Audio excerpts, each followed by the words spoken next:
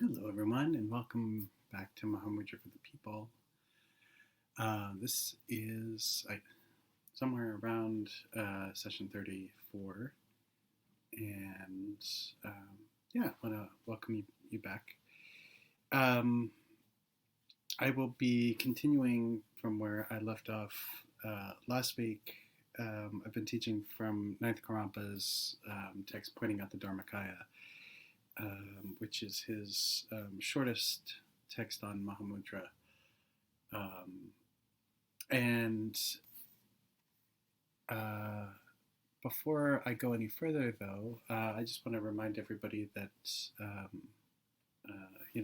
there's plenty of time to answer questions. So, should you have any questions, go ahead and ask it through the Ask a Question button on the bottom or in the text box. So if you want to do that now, you can go ahead and do that. But I was thinking we could continue with our tradition and spend a little bit of time just doing some meditation together. If you can, allow yourself to get into that place. So allow yourself to seat yourself or lay yourself down if you want to lay down uh, so that you can be comfortable in body, comfortable in speech, comfortable in mind. If you can, take the various points of meditation with respect to body that Karmapa lays out, seated in meditation posture. Hands can be on the knees, hands can be in meditation mudra on your lap, back straight, shoulders spread like the wings of a vulture, neck slightly bent, tongue resting naturally, jaw natural, but not clenched, breathing natural, and allowing yourself to use whatever gaze feels appropriate, whether it be slightly downward, straight on, straight ahead, eyes wide open, or a little closed, or, I don't know, halfway. And rely on whatever instruction feels the best for you with respect to how to anchor the mind. So, whether it be the use of breath and counting breath, so every inhalation, holding, exhalation, 1, inhalation, holding, exhalation, 2. It could be using an object in your field of reference, visual field. It could be a visualized object. It could be the essence of mind itself. Whatever feels comfortable, go ahead and rely on that in this moment. And we'll do this for about 15 minutes.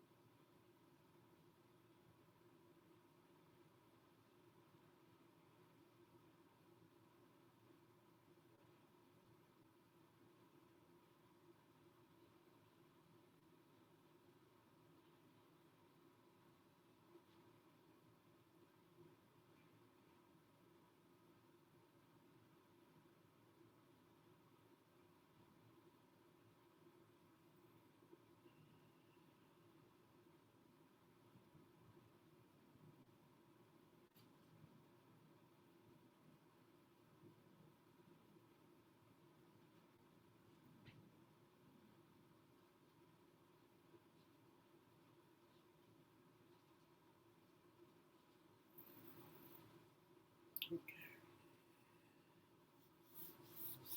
Slowly bring yourself back to wherever it is that you are and wherever we are. I don't know why that is cracking myself up, I guess. But then before we go even further than that, let's take a little moment to just contemplate why it is that we're here right now. So what brings us to Dharma?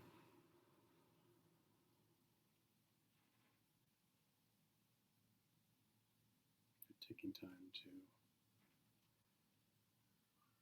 to recognize all of the ways in which we find ourselves suffering over time, from young ages till this present moment.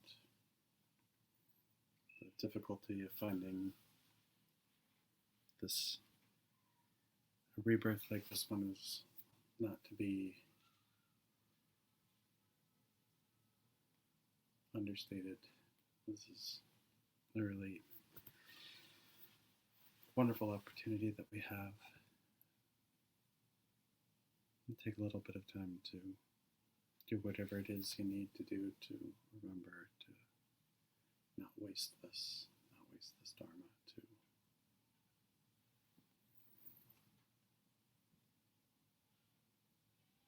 and then taking some time to privately take refuge in the Buddha and the Dharma and the Sangha. And I'm just going to do that briefly. Sangye chodon, Sukye chodon, no, Chojo Badu, Dani Gebzu, Ji, Dogi Jinso, Kipe Sonange, Dola Panche, Sangye Chupar, Sho. Sangye chodon, Sukye chodon, no, Chojo Badu, Dani Gebzu, Ji, Dogi Jinso, Kipe Sonange, Dola Panche, Sangye Chupar, Sho. Sangye chodon, Sukye chodon, no, Chojo Badu, Dani Gebzu, Ji. Dagi jinso gibe sonorange lula benji sange jupa rasho.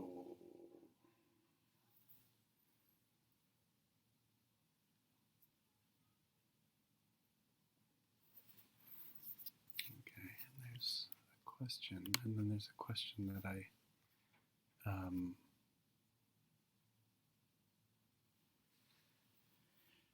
I'll answer this, and of course any other questions. But I have a question. A question was emailed to me by Camille, and I don't know if she's here right now. So Camille, if you're here, just let me know that you're here. Otherwise, I'll just follow up with you by email. So pain, right? For those of us with very tight jaws, can the mouth be left agape? If so, does the tongue position change?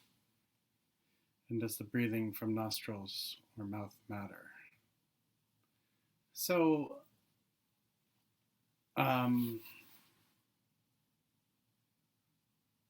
yeah, I mean, it's okay to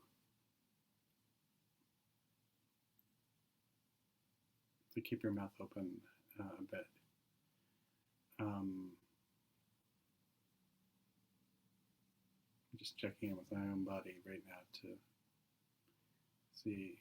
I tend to be one of those stress clenchers myself, a very sophisticated and overdeveloped jaw muscle. So yeah, I mean, you could keep it open.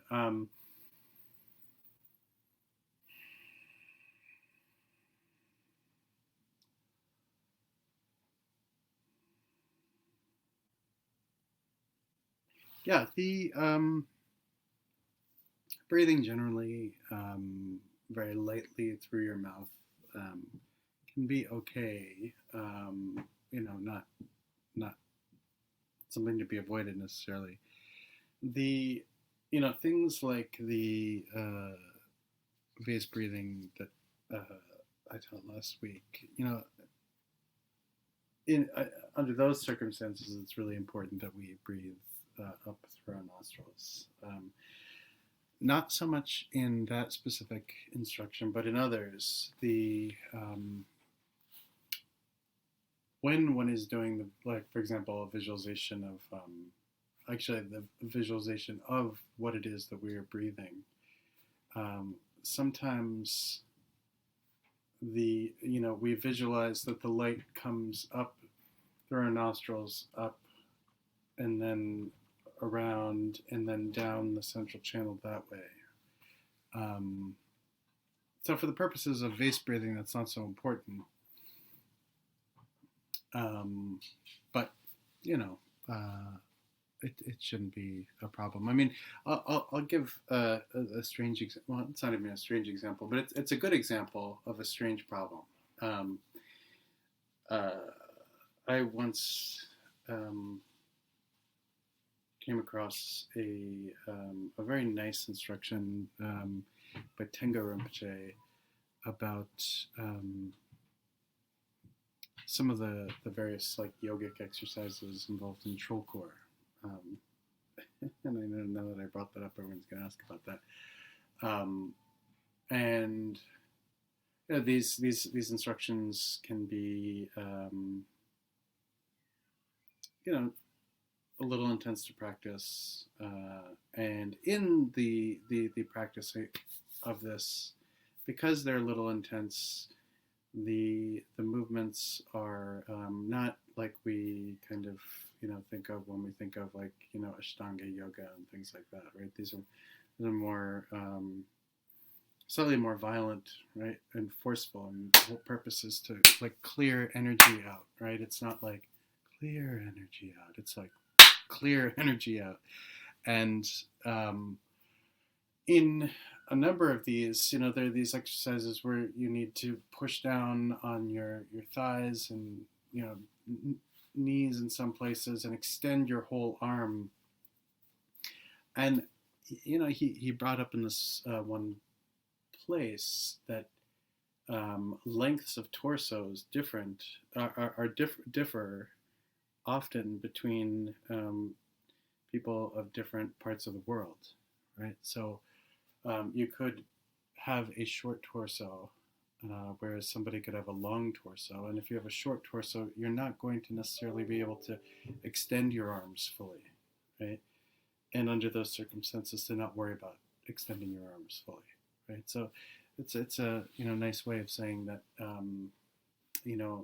body shape and body ability vary, and most of the time, a lot of instructions, whether it be how to place your body with respect to meditation, or to do the Trokor kinds of exercises, really are meant to be guidelines. Typically, there are not really many cases where it has to go 100% like that. Otherwise, it doesn't count, or it won't be successful. And it's important to keep that in mind, because there are many ways, especially when we're doing something new, where it's easy to beat ourselves up for not looking perfect. Like, oh, I don't look like Samantabhadra in that painting, or whatever. So that's fine. The point is we don't want to be like too. We don't want to use that the way a lawyer might, to get ourselves out of every kind of discipline, because it is good to have a little bit of accountability really in our practice, right? And we also don't want to kind of try and grind ourselves down into dust. Yeah. Okay, so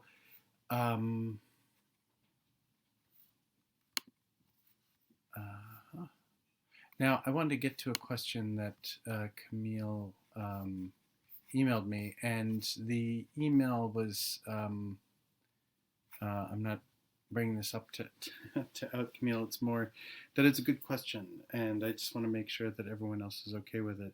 And the question was on this instruction last week of holding the mind with no support, right?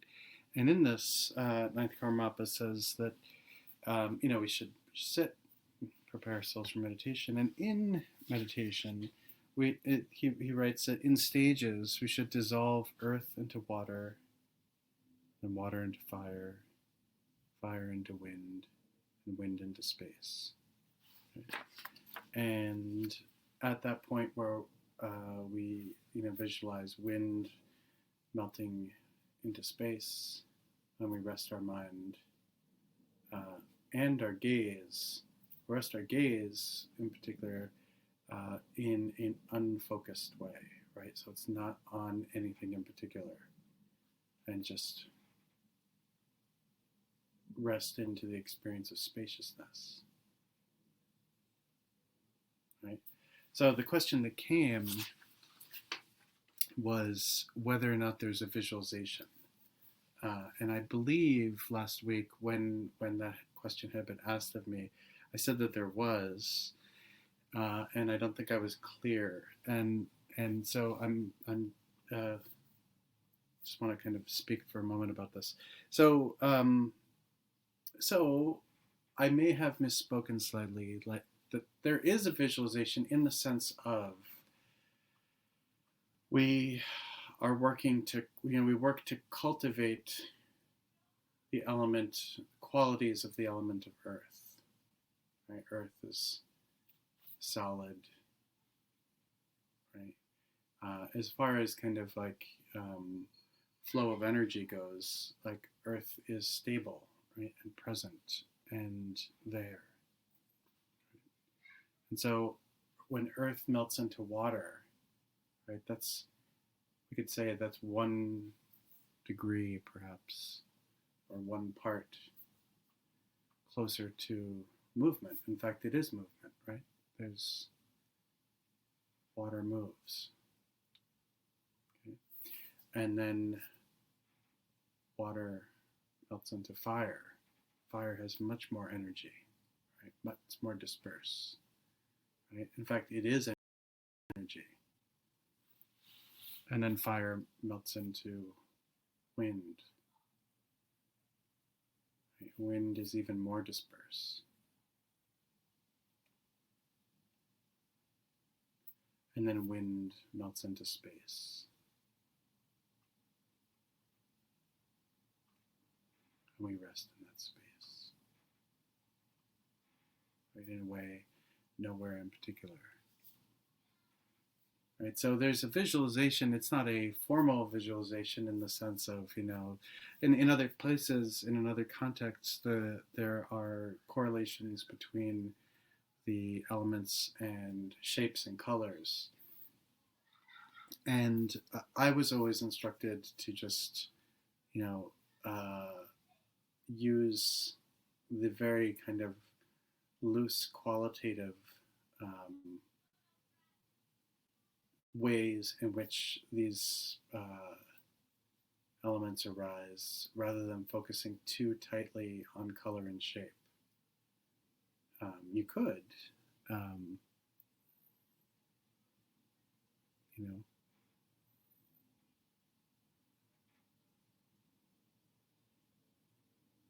So typically, earth is green, water is blue, fire is red, air in some cases is yellow, in other cases is white, and then space just, formless. But I think that, the downside sometimes of focusing too much on stuff is that, remember what we're trying to do. Right? We're trying to, move closer to resting into dharmata. Right? And so under those circumstances, like, it's better to kind of, keep this a little, like, loose and a little free and not so constellated in form.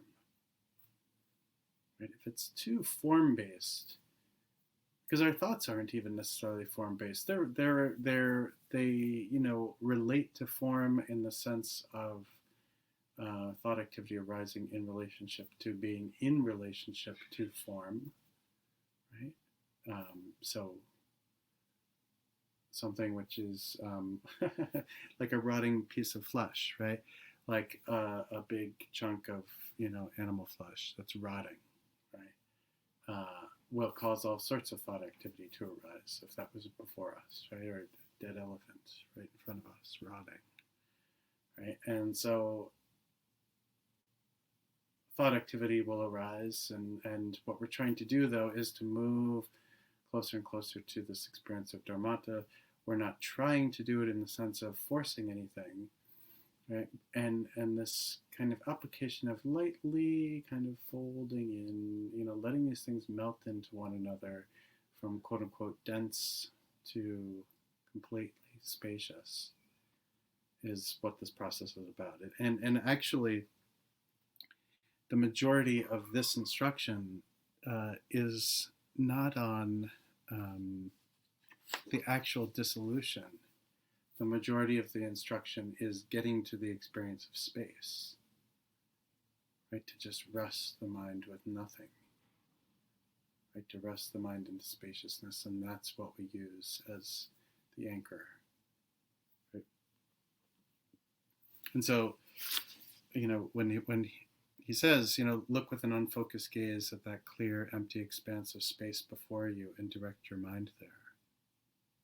Not thinking at all about whether or not something exists, what it is or isn't.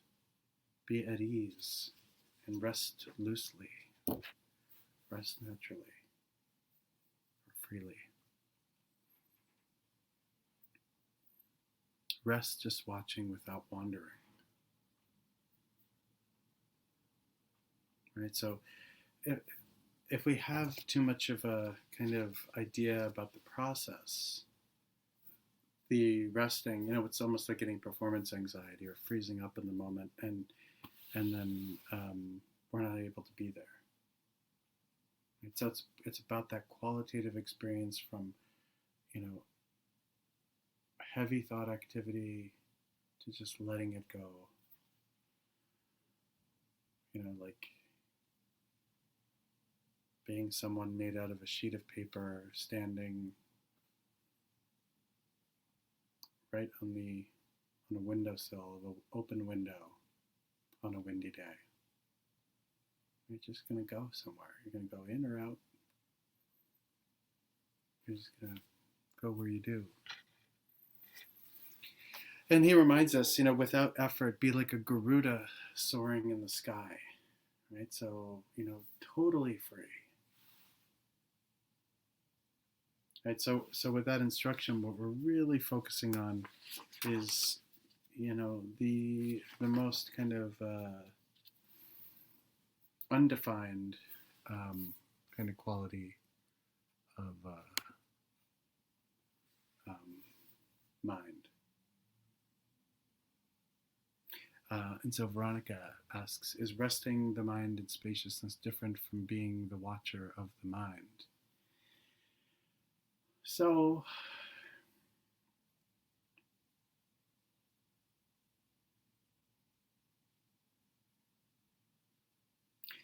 there's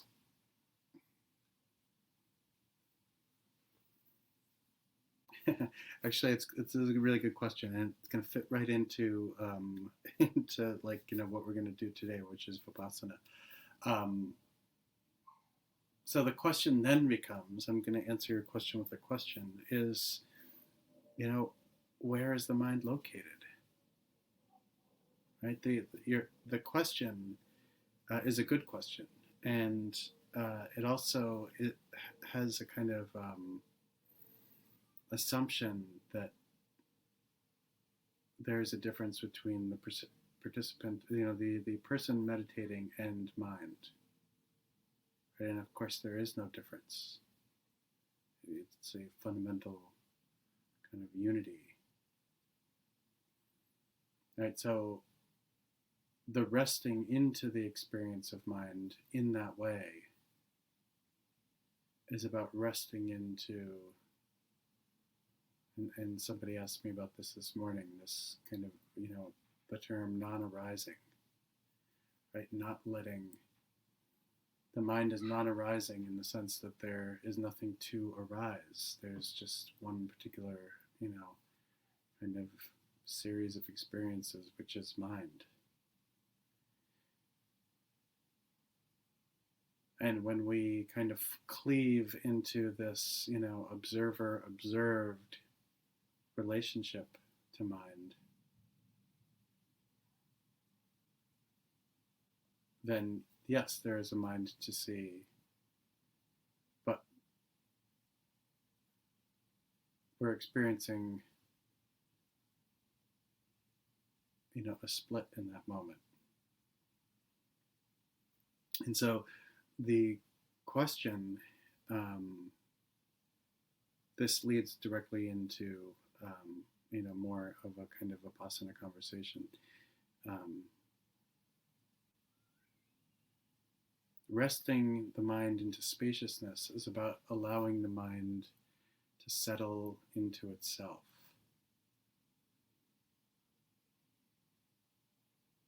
The mind's essential kind of qualities are lucidity and spaciousness, or vastness. Right? The lucidity is the fact that it can arise like anything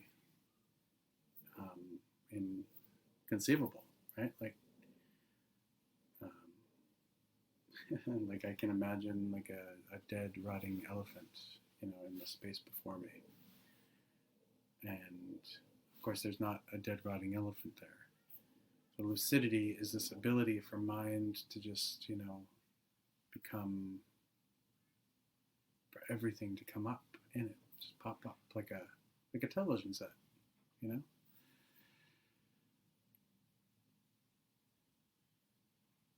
It changes all the time, right? So it's spacious in the sense that and we'll look into this in a moment. Where is the mind? Is it located here? Is it located in the heart? Is it located in the room you're in or that I'm in? Is it only located there? If you open the window, does it escape? If it escapes, where did it go? What is it? What does mind meet or travel into to escape? The spaciousness of mind it really kind of gets at its all-pervading qualities, all-pervading, the way it moves, not only just through space, but through time. And so letting it rest in spaciousness is just letting it rest as it is. Luminous, free, inside you, outside you, above you, below you, in the sky, in the earth, in Tibet, in Brooklyn, in Oklahoma, in Chicago, and Colorado, and France, and Belgium, and South America, elsewhere.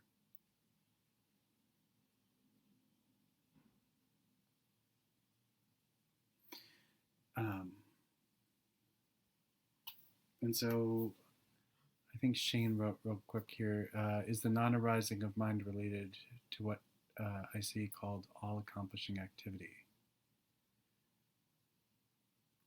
In a sense, yes. Yeah. I mean, the mind does, accomplish all things just by its fundamental, presence. And then is mind or pure awareness, space, is all of this the same?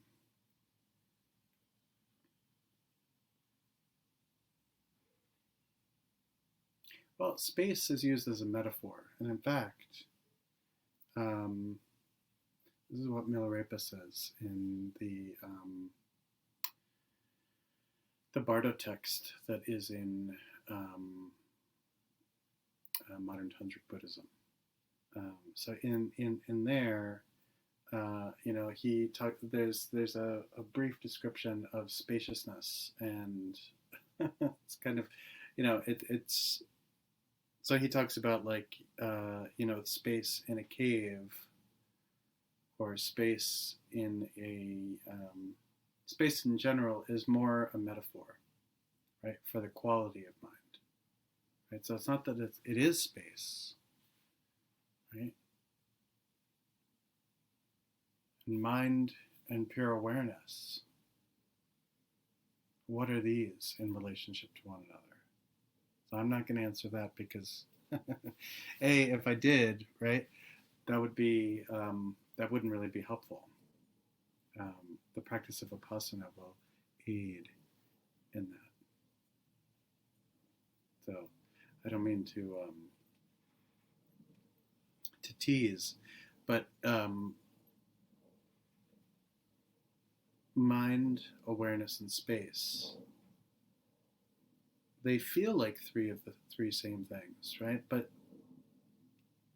And then after this, we'll move into the Vipassana instruction at the beginning of it, because they seem that way. We language them similarly, right? But through the practice of Vipassana, we begin to understand the differences around all three of these.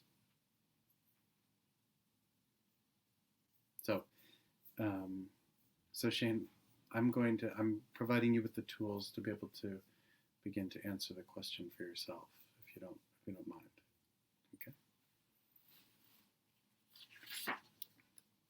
Okay. So we're going to start with the Vipassana section.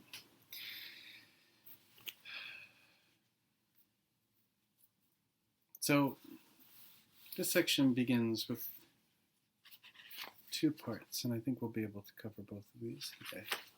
The first is called looking, and the second is called pointing out.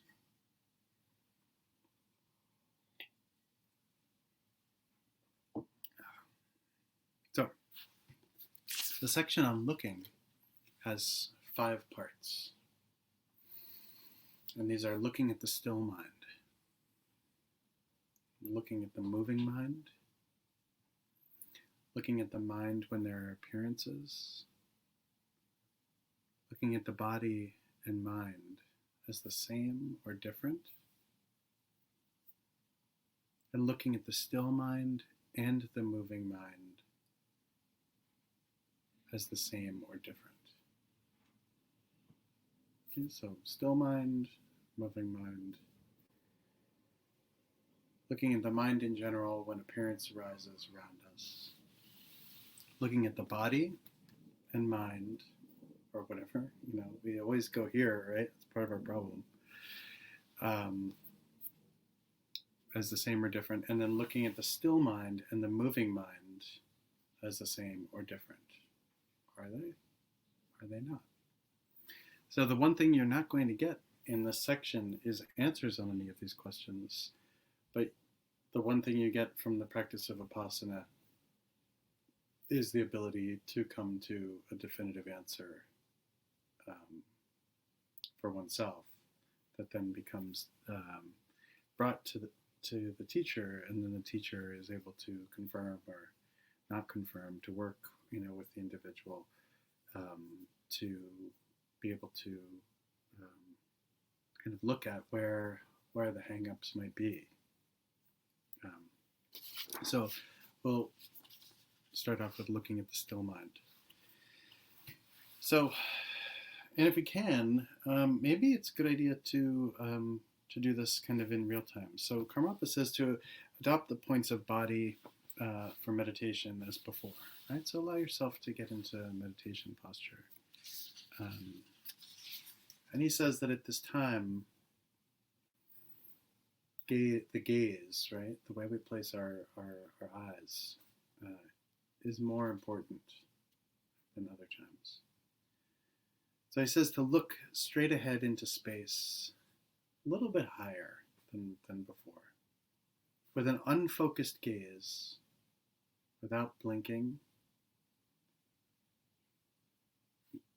within reason, right? So you can blink as your eyes begin to dry a bit, without shifting your eyes, right? So you don't need to like go back and forth, you or looking to the right or left, and recall the preliminaries just briefly. So especially in the preciousness of human rebirth and permanence, um, the unreliability of samsara. Right? If it's helpful to recall the qualities of the teachers who you have who help kind of move you to practice more, asking for their blessings. And then the instruction is to let your mind be loose in its own way. Right? So again, just let your mind go. Right?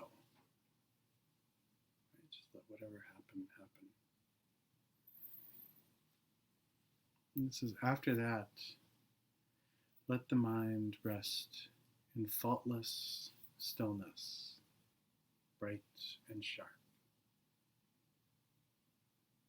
And so the stillness is typically Vipassana is practiced under these circumstances after some element of shamatha, right? So when we feel that our shamatha practice is such that there is a relatively decent stabilization of mind, right? Then that's usually when Vipassana is introduced.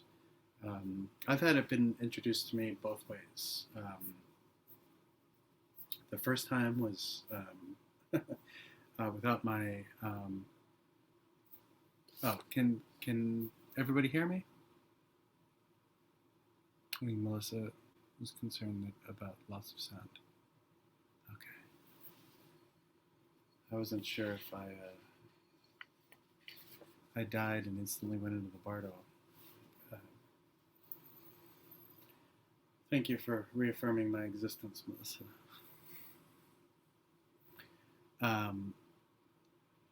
So I've had Vipassana introduced in both contexts. The first was actually rather quickly, which I actually was. Oh yes, yeah. I'm using Pointing Out the Dharmakaya, and it's by Ninth Karmapa, Wangchuk Dorje.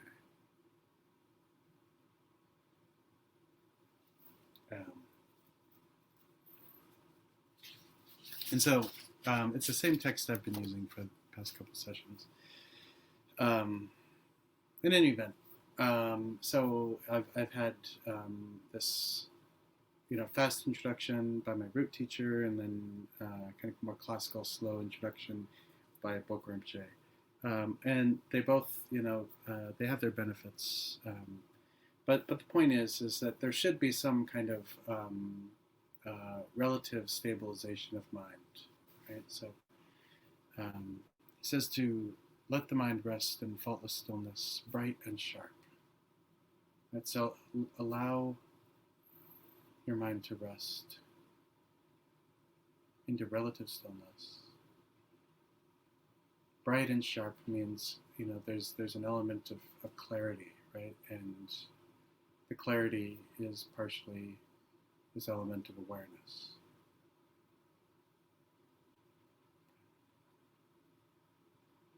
And then he says, within that, have a light touch of mindfulness. Right? So you're aware, but you're not like a laser, right? You're not like exerting anything. And again, the constant instruction in everything is to be light, right? We're not trying to barrel our way into enlightenment. That doesn't work, right? So it's more like Tai Chi kind of thing, light. Get rid of this box over here.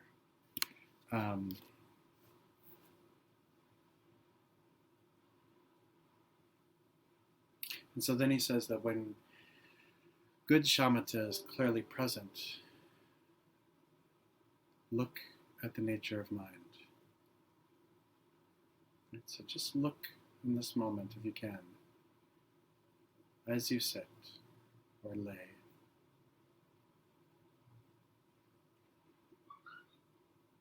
Look, looking meaning, feel into the nature of mind.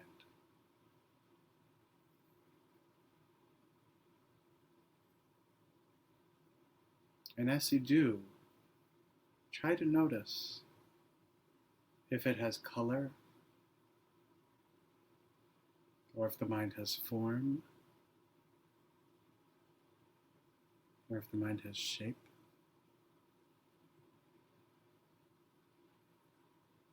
You can be curious about how it arises, how it ceases, how it dwells, and whether it exists or not.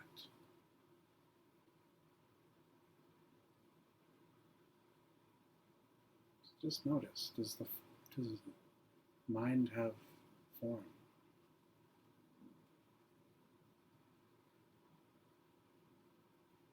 Color, shape?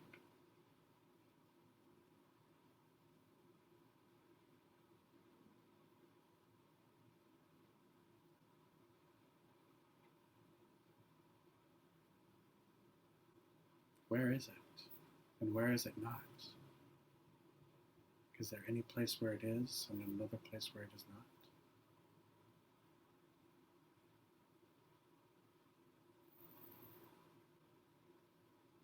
Does it exist in this kind of independent way that it can be observed or not?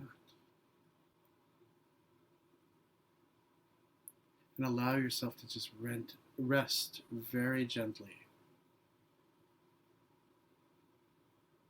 as you notice these things.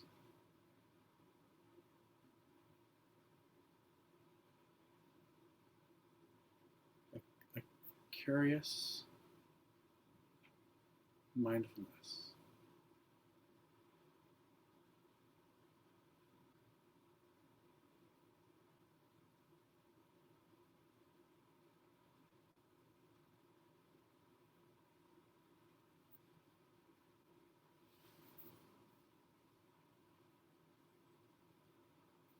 And so try and allow yourself to do that.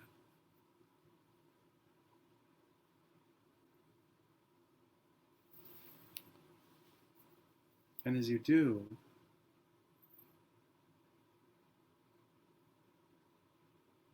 look at the mind when it's still.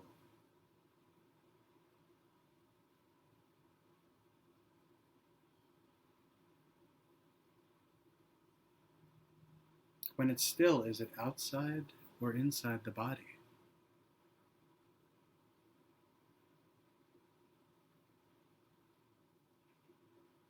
What color is it? And what shape? If there's shape at all.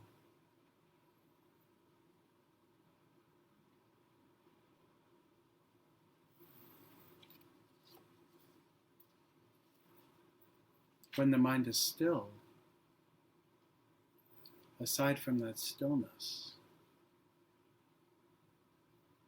is there anything else that can be found? What else is there?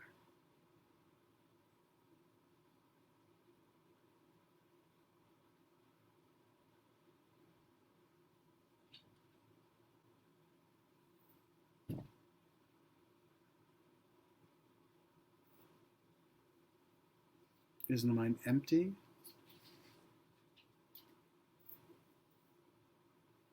Not identified as anything whatsoever?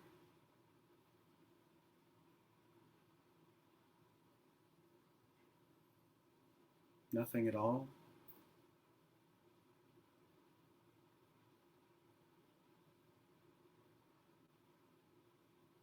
And in the text, it says it's common metaphor, like the horns of a rabbit.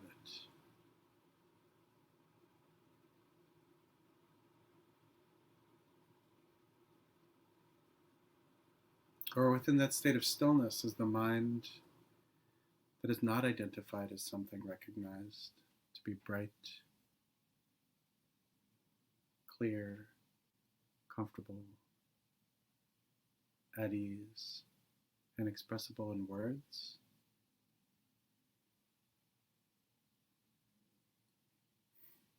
Yes, jackalope.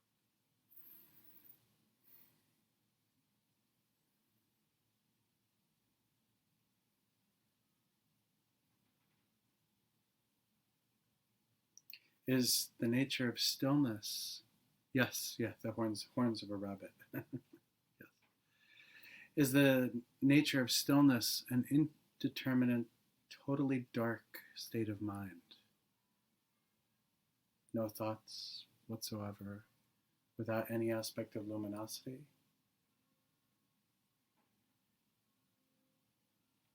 So when that stillness happens, is it still?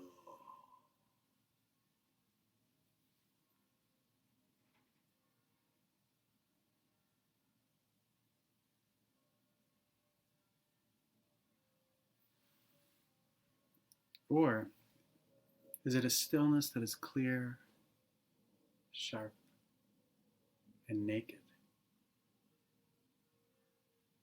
and steady?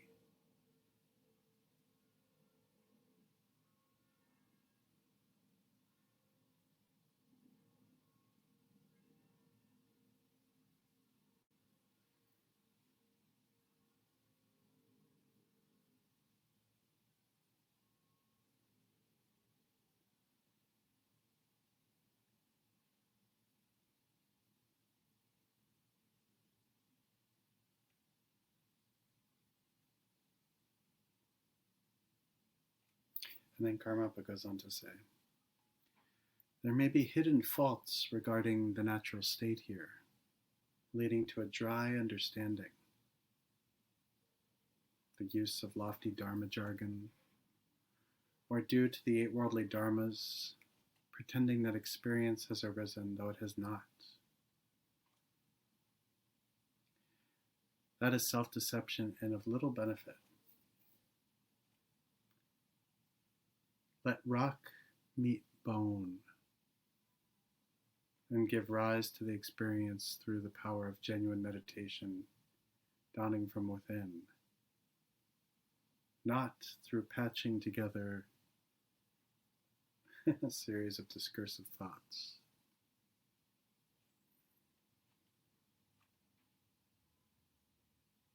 And he says, furthermore, you should rest and then look until there's complete certainty in your being. You should rest and look in that way.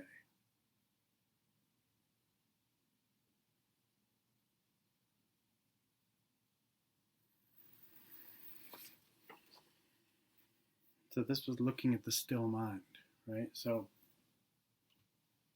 this, I do want to take a little moment to check in and see, what questions people might have so that we can make sure things are very clear.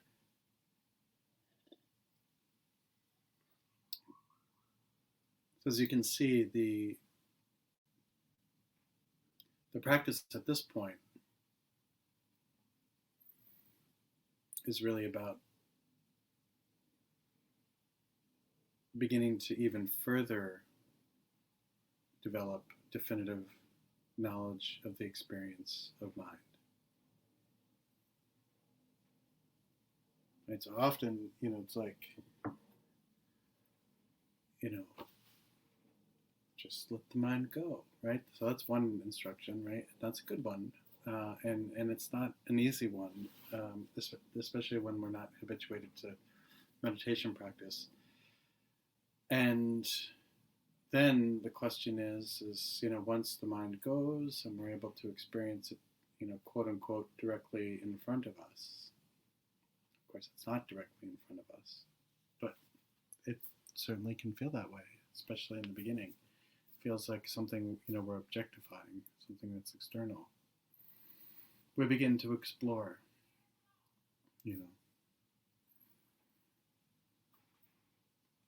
So where is it? Is it inside or outside the body? What color is the mind? What shape?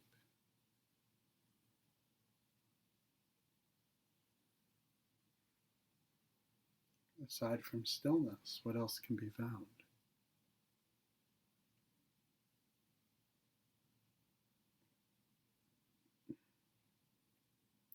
Is it empty, not identified as anything whatsoever? Nothing at all, like the horns of a jackalope?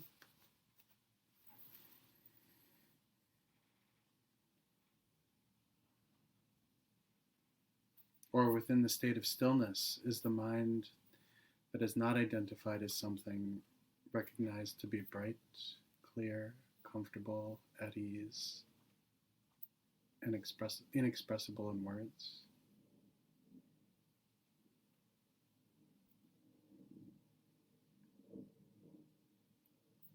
Is the nature of stillness an indeterminate, totally dark state of mind? That's stillness,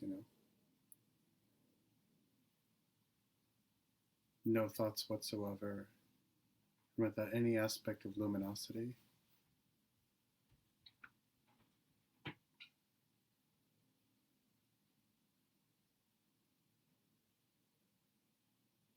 Or is it a stillness that is clear, sharp,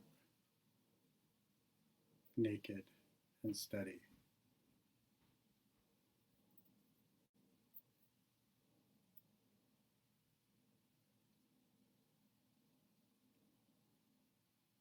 This really is one of the reasons why Anizarmo, said, if you must read, try and read and forget, in one ear and out the other.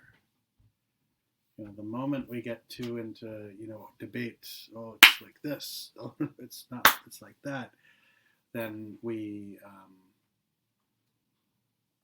we're kind of playing with fire, in the sense of it becomes very easy then to just, take those very comfortable, very succinct and gift-like descriptions that great meditation practitioners in the past have provided for us, and it's just like cut and paste. That's like William S. Burroughs kind of like poem, where we just like cut, paste, put it all there, and then we're like, ta-da! Like, this is the nature of mind. And so Veronica asks, can mind include all of these things? So my answer is practice and see.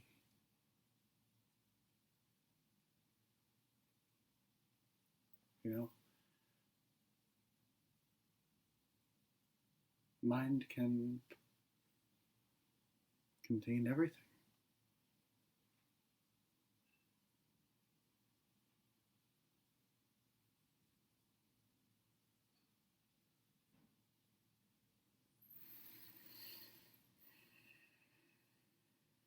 So this is kind of like, you're welcome. I'm glad you didn't take offense at that, Veronica. But this is where it's kind of like, you got some driving practice, you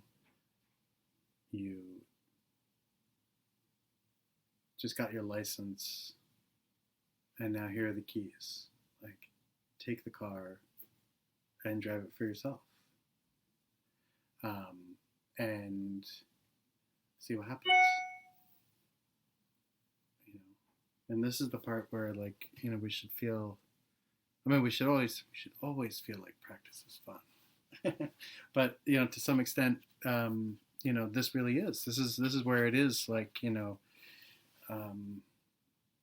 maybe after taking a couple drawing classes or painting classes, the real kind of technical stuff, then everyone is just told to go off and start to paint, start to draw.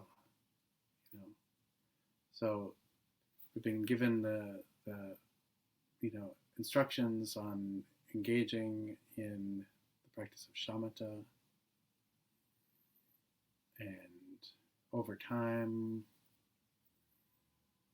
hopefully some of us have had some experience with mind kind of settling into an experience of stillness. And at this point, we get to kind of explore that nature. So the next part of this is looking at the moving mind.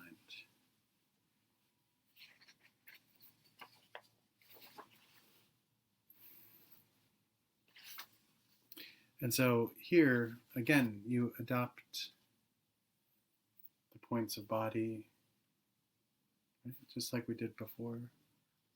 Allow yourself to get into meditation posture.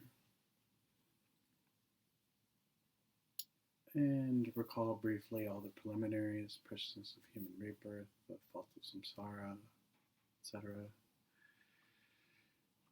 Up through looking at the still mind. So let your mind rest loose and relaxed within stillness, right? So again, we come back to stillness. It's kind of coming back to our blank canvas.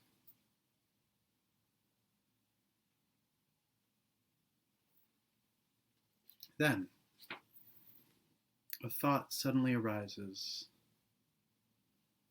And so if a thought doesn't arise, give rise to one.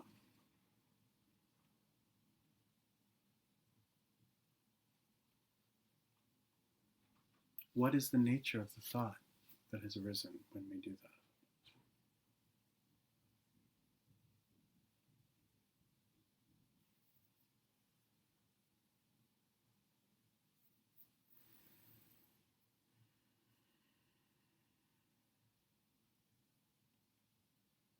Does the thought occur with a color or shape?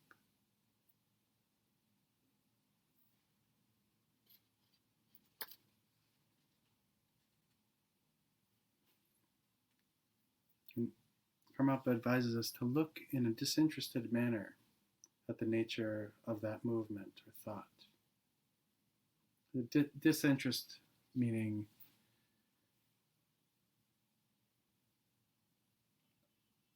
slightly removed, slightly detached. That we're not getting caught up in it, like the rabbit horns appears to be something everyone's getting caught up in. Just let the thought arise. Look in a disinterested manner at the nature of the movement of the thought, its birth, cessation, and dwelling. How does it arise?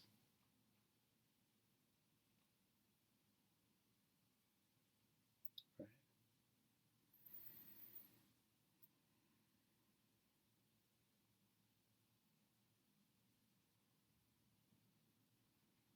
But how does the thought come?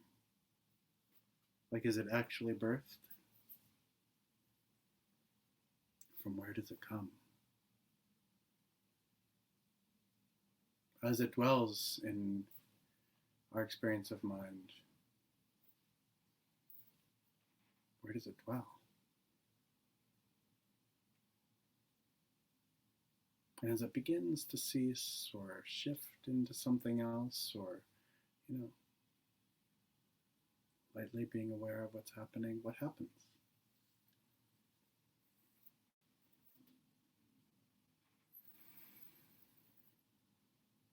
Many kinds of thoughts arise. Thoughts that are kleshas, the three poisons: attachment, aversion, and ignorance, so forth. Or if those don't come, sometimes similar thoughts rise. And as they do, as before, look at them. So look at attachment right now.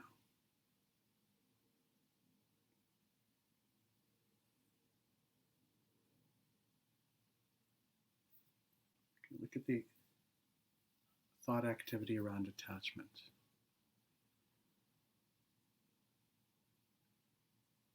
What is the difference between the thought itself and its object?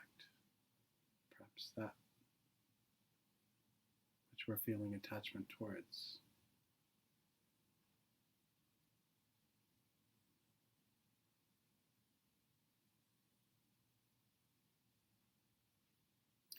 What is the difference between that and your mind before it had looked or engaged in the thought,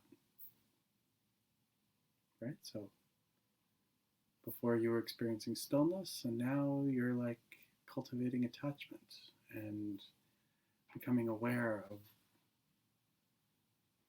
your relationship to the object for which there may be attachment and that activity of mind. What is the difference between that experience and the experience of stillness?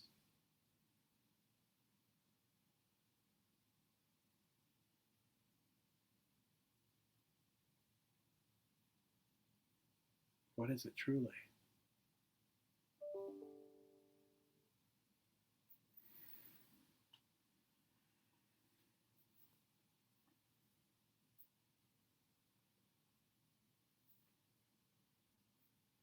When you look at thoughts, is all thought emptiness,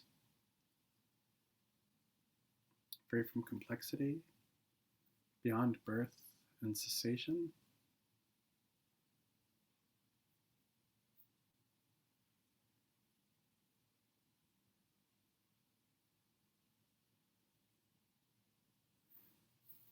Or when you look at thoughts, do the thoughts that have arisen come and go without leaving a trace,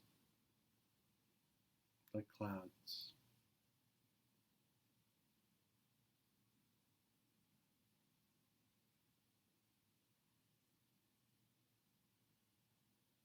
Or like ghosts?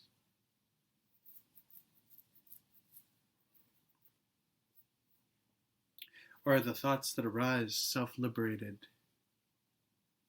luminous, naked insight without being identified as something?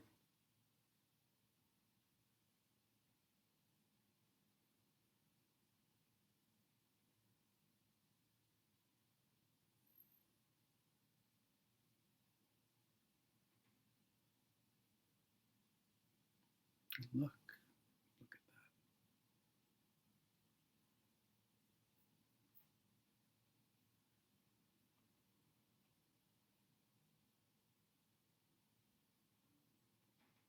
If it is like the last of these, so if it is that thoughts arise as self-liberated, luminous, naked insight without being identified as anything, is there a difference between the previous luminous, naked insight that occurred during stillness and the luminous, naked insight that occurs while looking at thoughts now?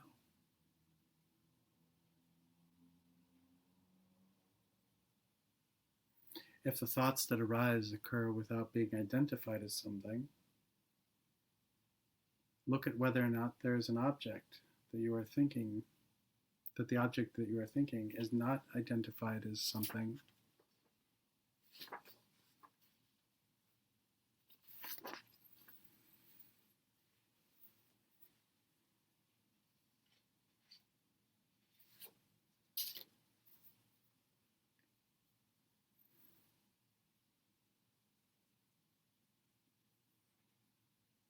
And is it the case that is it by drawing your thoughts in and placing them in luminosity, emptiness, that they become luminosity, insight?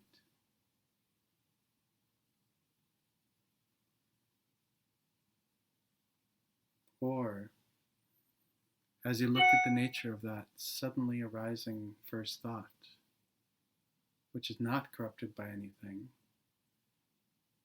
does its arising and liberation occur simultaneously? Look.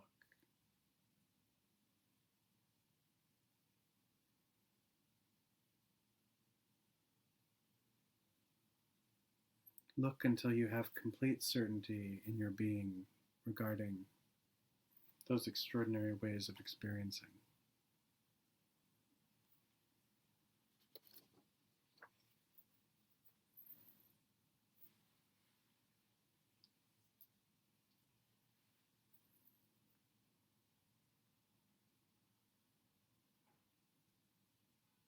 So, going back to Shane's question, is the mind awareness and space the same.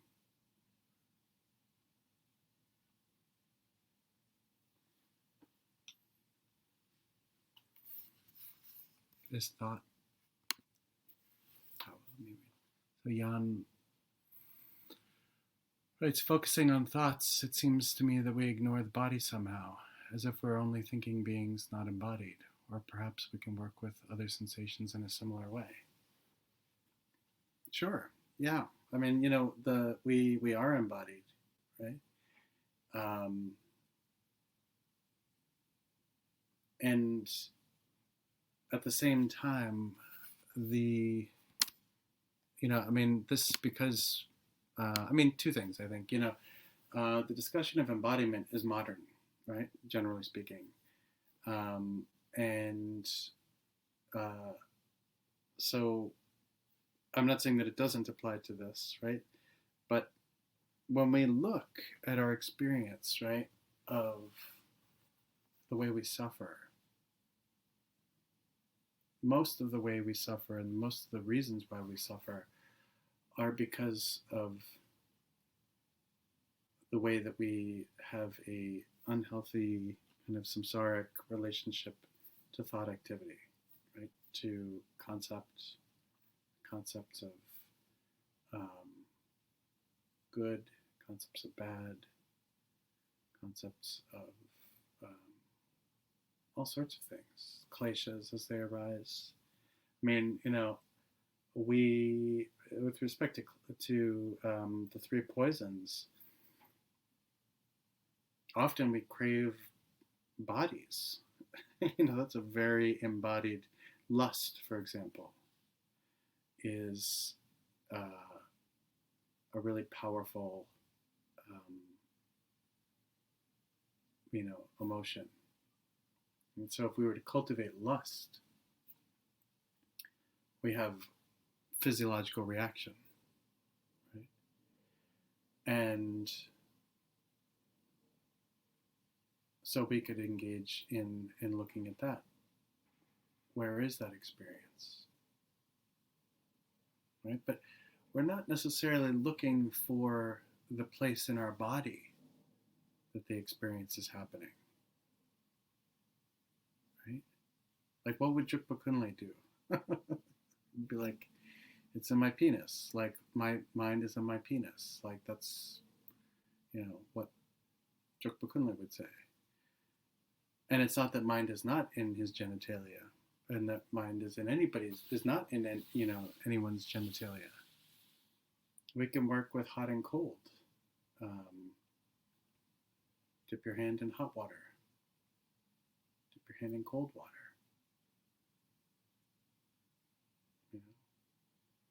You can have someone come up at a random point during meditation and slide an ice cube down your shirt. Right?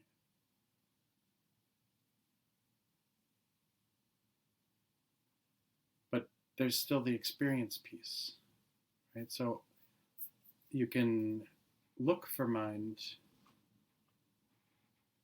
in that experience and not find it, perhaps, or maybe you will.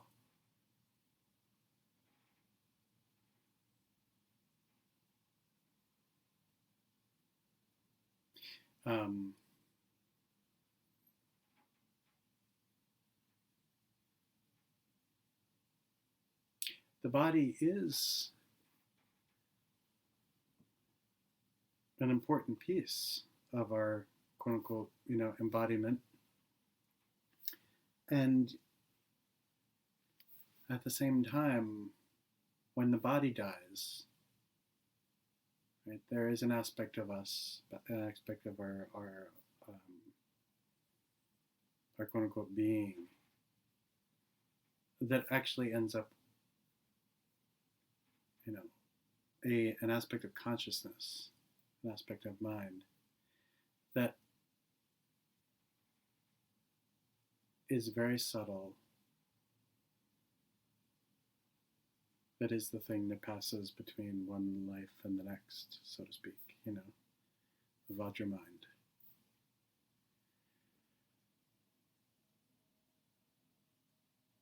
Right? And so that's not to preference mind over body,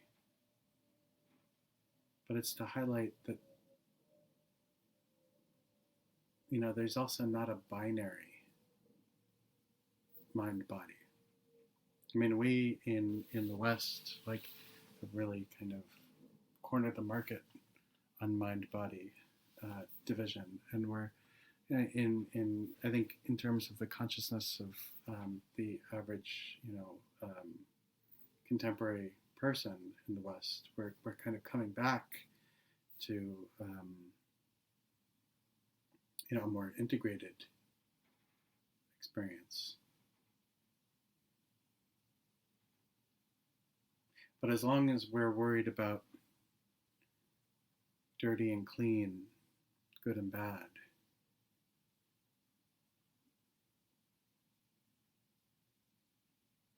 worthy or unworthy,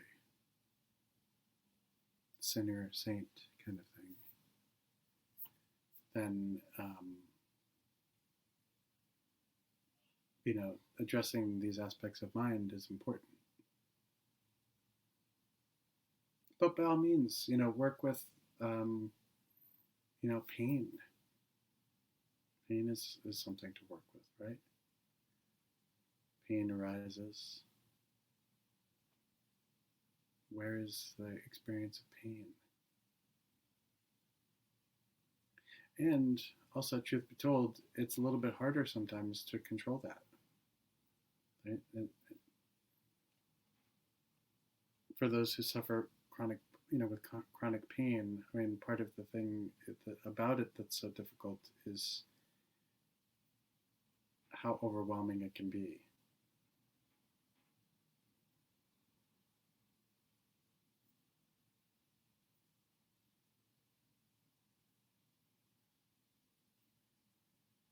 Yeah, thoughts and feelings aren't differentiated here, right? So that's why there's not a difference between klesha and thought, because kleshas are kind of more kind of like emotional clusters, so to speak.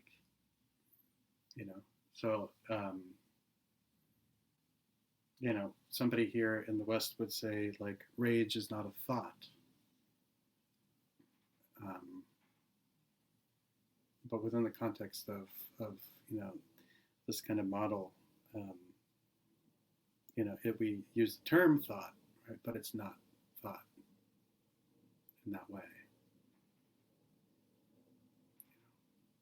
So yeah, and thank you for that, Pain. That's a good point.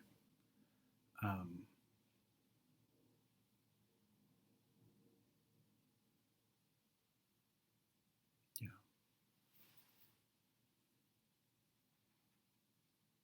So does this seem like something that's practicable?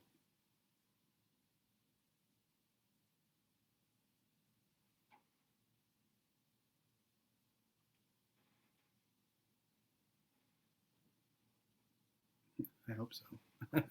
Again, some people don't know that when we use Crowdcast, I have absolutely no idea what's going on, with other people. And even when I teach on Crowdcast, I have no idea what's going on with me. So, yeah. So, I invite everybody to practice this, for the next week. Seems like a lot if looked in at one chunk. Baby steps. Yeah, so baby steps, exactly. So, you don't have to sit down and do, stillness of mind all in one time, and you don't necessarily need to do each one of those steps. But I mean, the very, one of the more kind of quote unquote important things to look at is location, right? So when we sit, just allow yourself to sit comfortably and, glide into the experience of meditation. Let your mind settle. And with, using the still mind, where is mind? Where is there any division? Any sense of separation between oneself and mind? where is it located? Where is it located in relationship to my body?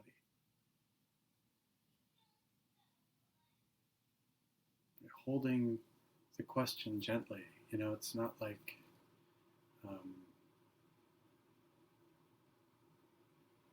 it's not necessarily like a koan where we're like, where is my mind?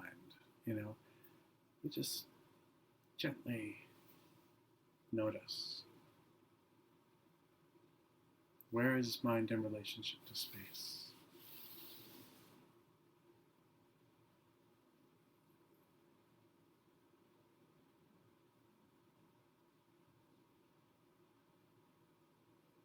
One of my particular favorites, it's not mentioned in this text.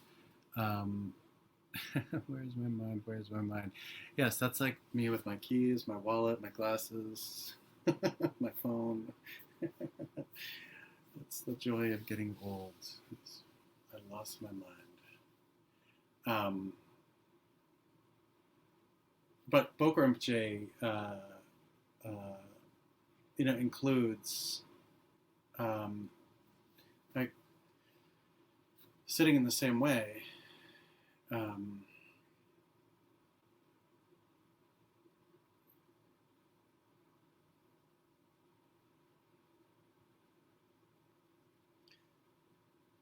Where is mind in relationship to time?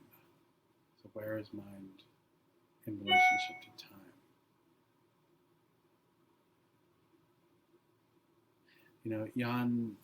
Jan's question was very good, right? And we talk about the Cartesian legacy, right? But we also need to remember that this kind of like linear time thing is not something that mind may conform to. The idea of time being linear.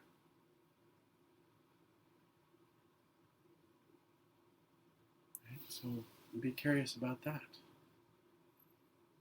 It could be that much of the stuff that we are like acculturated around is really not necessarily the way the mind is. Relationship to time, relationship to space, relationship to body.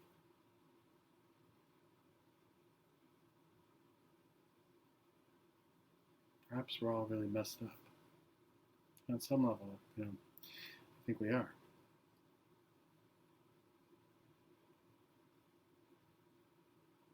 So the moving mind, very lately. So like in relationship to Veronica's question, like what is the difference between the mind when it's experiencing thought activity or emotion and the mind when it's still?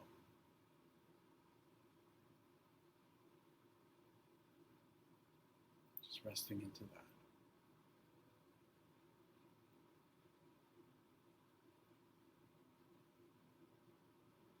When this activity arises, so taking these kind of stronger emotions as an example, like when lust arises,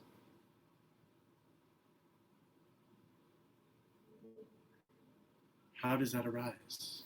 What are the qualities of just the arisal of that experience, and then the nature of that experience?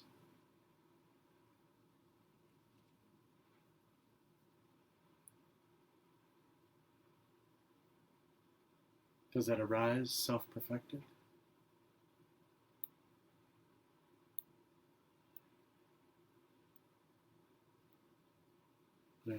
So yeah, I wouldn't go so far as to say baby steps, simply because it's not about that.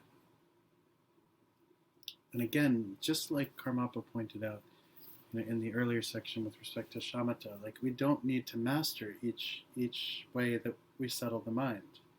Right? If settling in the breath works, then screw the rest. You don't need to necessarily focus so much on the rest, right?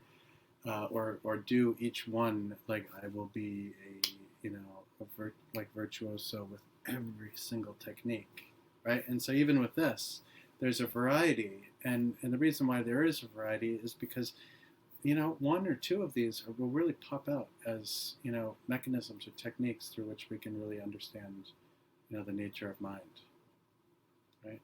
So it's not about moving slowly, incrementally. It's really about, what is the, what are the techniques and what are the means that work, for you. Yeah, practice with gentleness for yourself. Absolutely.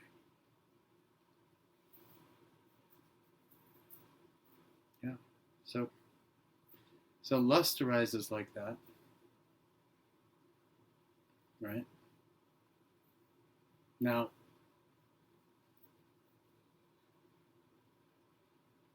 where is lust in mind?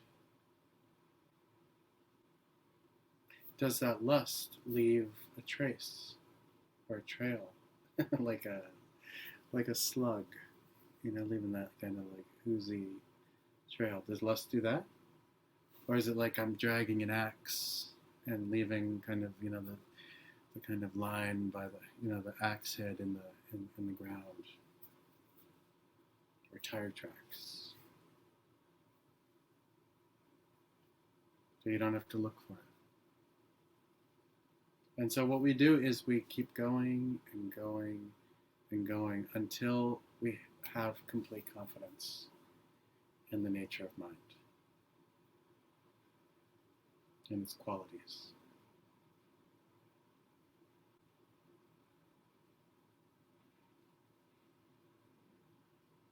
Yeah. So, we're a little over time. Uh,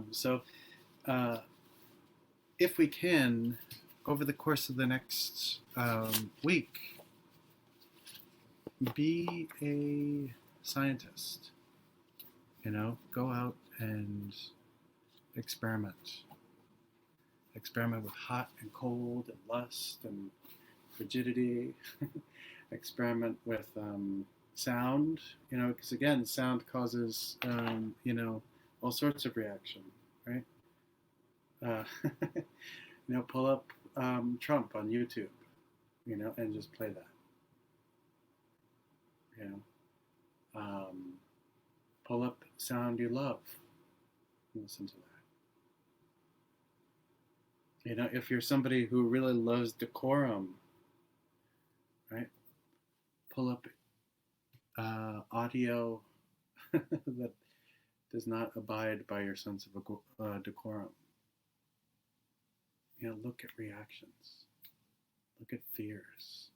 We begin to like move into these a little bit, right? Kind of experiencing, moving into the edge of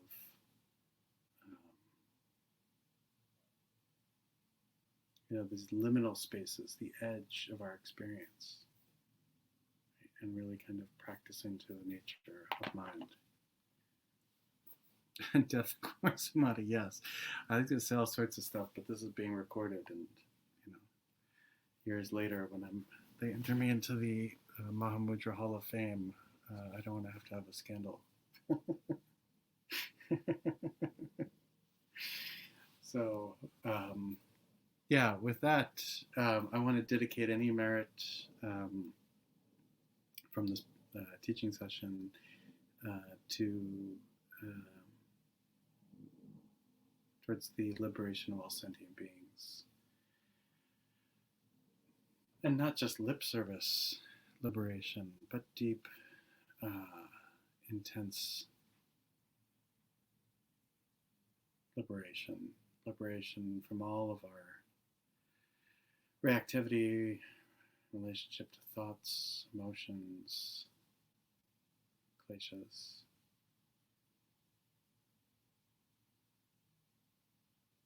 May all sentient beings be able to access the experience of Mahamudra.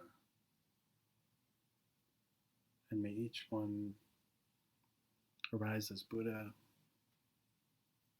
able to simultaneously help the next, and the next, and the next, and the next, and the next.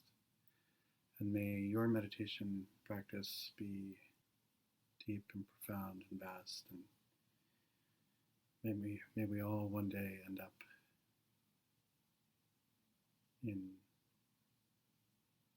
the Mahamudra Hall of Fame, enjoying ourselves. So thank you all, and be well, and I'll see you next week.